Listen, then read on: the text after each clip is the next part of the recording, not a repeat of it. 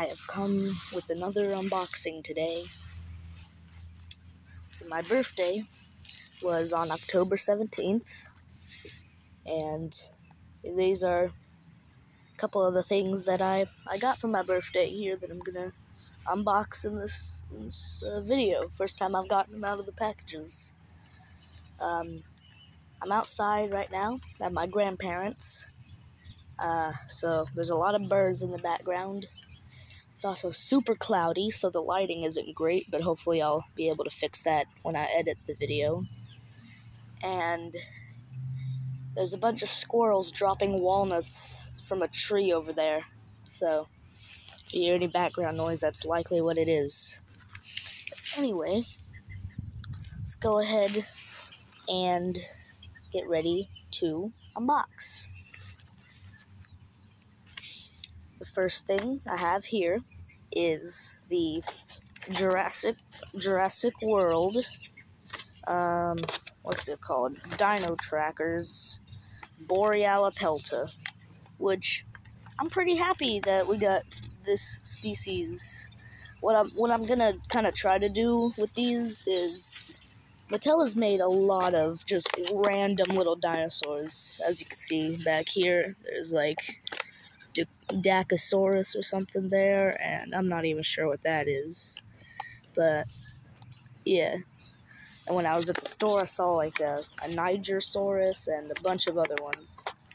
So yeah, I'm gonna try to do the lesser known ones, which, you know, it's not gonna get me as much popularity as like reviewing the big ones like the Indominus Rex and stuff. But if you want to get these lesser known toys of these species, then, you know, here's a good way to find out about them. So yeah, this is the new Dino Trackers line, which is, I don't know, I guess it's supposed to be the dinosaurs are in the wild, you gotta capture them and stuff, I guess. And this is Borealopelta, which, it's ironic because it says it's a desert dinosaur, which, I mean, it kind of does look like it would live in a desert, especially with this coloring. But the funny thing is, it lived in a subtropical rainforest. So, it's not exactly accurate, but yeah, I guess so. Anyway, without further ado, let's cut them out of the packaging. So,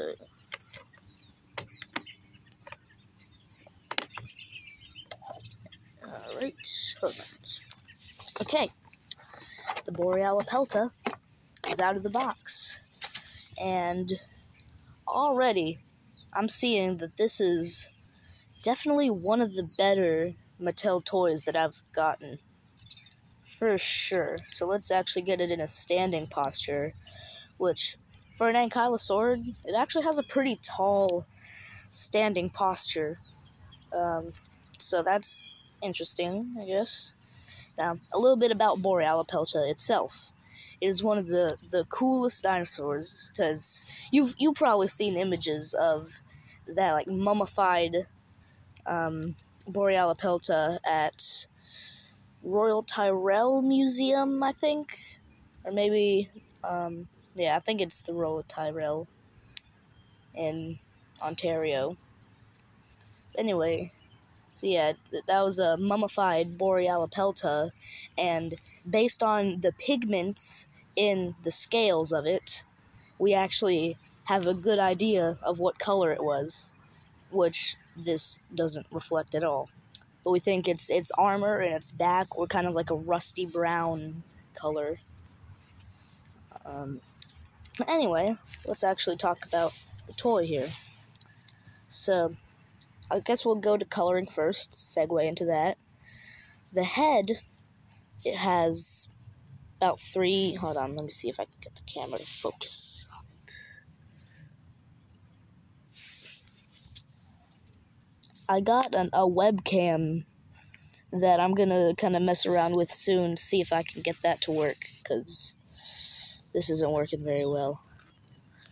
But yeah, so that's unfortunate. Okay, alright, I can't get it to focus. But anyway, yeah, so the coloring would have kind of this dark muddy brown color on the back and the spikes and stuff. And then we have the classic just gray spike color basically for Mattel, which, I mean, yeah, I mean, it looks nice, I guess. The color palette, I do like the color palette because we have this sort of lighter tannish brown here, which hopefully we'll be able to see when I edit the video, because all I see is gray on the camera. And then on the, well, I say on the underbelly, on the throat, there's like a whitish brown color. So yeah, the colors on this are pretty simple, as they usually are. But luckily, this isn't the only thing I have. We'll get to that later. Now the actual, let's go articulation first, because there's a lot to talk about with the model. So we have the head can move up and down in a pretty wide range of motion, I guess. Can go way up like this, way down like that. And there's this little snap part where it snaps in right there, which is its normal head posture. The legs, all the legs can go back and forth, of course, as they usually can. So yeah. And then the tail, as usual. Oh, actually, oh yeah, there we go. Yeah, the tail can swivel around, so yeah, if you want to do that, I guess, and make it look very unnatural, you can do that. Yeah, let's go ahead and get the scan code in before that's awesome. Scan code, see if I can get that to focus.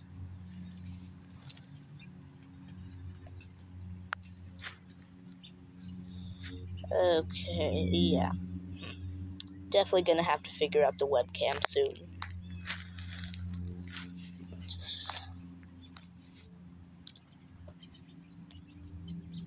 Alright, if your phone or whatever can pick that up, then you have a very nice phone. But I highly doubt. I'm definitely gonna have to get that webcam fixed. But anyway, we're gonna speed through the rest of this because there's a lot to talk about with the next one. The model itself, which it's a very stylized, but I actually kind of like it. Its posture is almost like a wolf posture, which I don't exactly love, but it's yeah, that's interesting. So going from the head back, the head here, it's a small ankylosaur nodosaur head with, of course, a beak. Actually, pretty nicely sculpted beak as well. And then we move down and we have this very spiky neck, which is probably not too far from what it looked like in real life. Then we have this weird, the spikes, the long spikes here are like weird because it almost reminds me of a horseshoe crab, which is a very strange comparison for an ankylosaurid. But yeah. Then we move back. Actually, the legs here have these little armor plating sort of spines, scales there. Moving back, the tail is actually kind of interesting. So we have some extra long spikes on the sides here, almost like a stegosaur thagomizer. But then we also have a couple spikes on the top, so it's almost like a spiky mace, which probably would be what it looked like in real life, but honestly, I really like it for a little stylized Borealopelta. For size comparison, it's about, I should have brought a ruler out here. So it's 1, 2, 3, 4, around 5 inches long. And for comparison, here is a Eutyrannus, the Safari LTD, that's right, from 2015, classic, and it's almost exactly, well, no, it's a little shorter, actually. then yeah, there's a size comparison. Yeah. Next, we have another Beast of the Mesozoic toy. Second one I've gotten, and I haven't really heard many people talking about this one. It's another smaller one, because the big ones are very expensive, but maybe in the future I'll get some of them. But here is the Creative Beast Studios Beast of the Mesozoic Psittacosaurus 1/18 scale. And the packaging is pretty much the same as the Dromaeosaurus. So, yeah, we're going to waste no time with this and get it out of the package. Of course, here's got the big plate, got the back here with Protoceratops, Velociraptor, Linhairaptor, Dromaeosaurus, and the 2 Protoceratops. Then actually getting the dinosaur itself out. Well, actually, let's get the package here first, because we do have some information here on this little card, which I can cut out, so I'm going to do that real quick.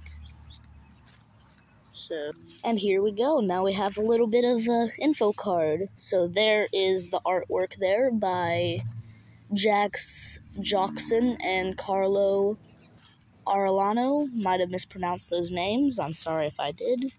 Yeah, and you can't really see it very well. It was the same. It's the same as what was on the front, which is now 2 pieces. There we go. Now you can see it.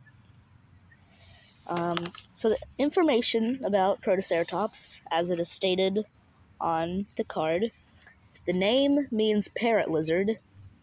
Its length was 2 meters, 6.5 feet. Location, Mongolia, China, and Siberia. Time period, early Cretaceous, 101 million years ago. Named by Henry Fairfield Osborn in 1923. Distinguishing characteristics: one of the early ceratopsians, Psittacosaurus mongolensis, is best known of up to 12 different Psittacosaurus species. This genus is famously known for having a tall row of tail quills and parrot-like beaks. Which, yeah, that's one thing I was going to talk about, is how there are so many species of Psittacosaurus.